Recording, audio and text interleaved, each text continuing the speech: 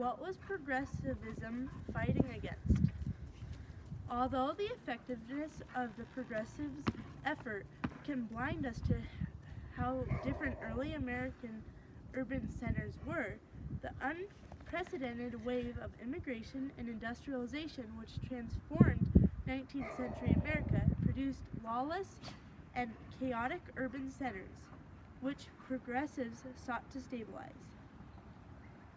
My 3 points are the chaos and violence brought about by the first wave of urbanization, number 2, the powerful grip of machine politics and government corruption, and number 3, the gangs that dominated the immigrant communities within many of American cities, all added to this chaos and lawlessness.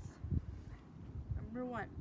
A rising tide of chaos and violence was brought about by the 19th century urbanization. Cities came about chaotically, without necessary infrastructure to support burgeoning populations. There was a lack of water, garbage removal, and sewage.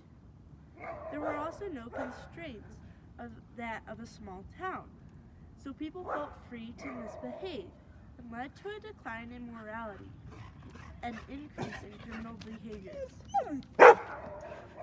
One urban crime is that committed by H.H. Holmes, who came to Chicago from New Hampshire after committing many misdemeanors. He built a hotel with a twist, a 3-story high and a block-long hotel, but it had a darker purpose. The Chicago Tribune says, "Oh, what a queer house it was. In all America there was none other like it." He constantly replaced the workers so that no one knew his master plan. There were rooms each having a different way to murder the guests. He also had a disposal system to get rid of the bodies. He was lynched on May 7, 1896, and the murder castle was completely destroyed by 1938. Number 2, the powerful grip of machine politics and government corruption led to much chaos. The political machines ran cities. One such machine is Tammany Hall, which was started in 1786, which was soon after the American Revolutionary War. It first started as a social group, but is now the Irish Mafia. One way they did it was through getting a budget much higher than what they actually needed. For one example is the New York County Courthouse, which cost $13 million, which was almost twice the cost of Alaska at the time.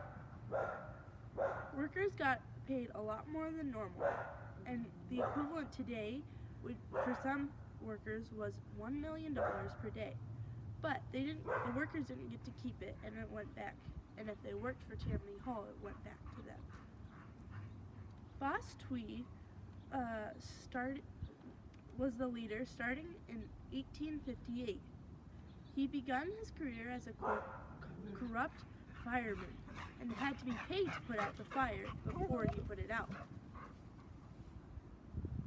Well, Boss Tweed and his associates are thought to have stolen somewhere between $30 million and $200 million from New York City, said Alex Palmer.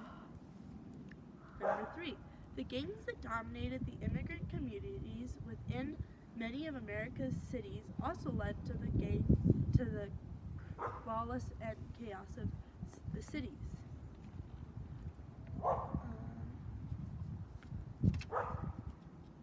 The gangs often came from impoverished areas and were meant to help keep their members safe. The first gangs started right after the Revolutionary War, such as Tammany Hall. Several examples are the Short Tails, who raided bars and stole beer. Another example are the Bowery Boys, who fought other gangs. One famous gang leader from New York City was Sadie the Goat, whose real name was Sadie Farrell.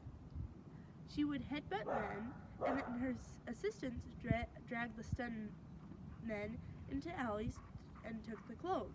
They then robbed him and left him because he would be too embarrassed to go tell the police.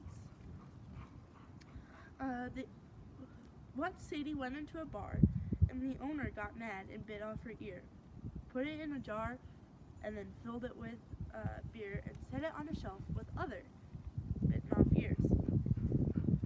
Because Sadie had lost her beauty, she could no longer catch the eye of the men, so she couldn't headbutt them.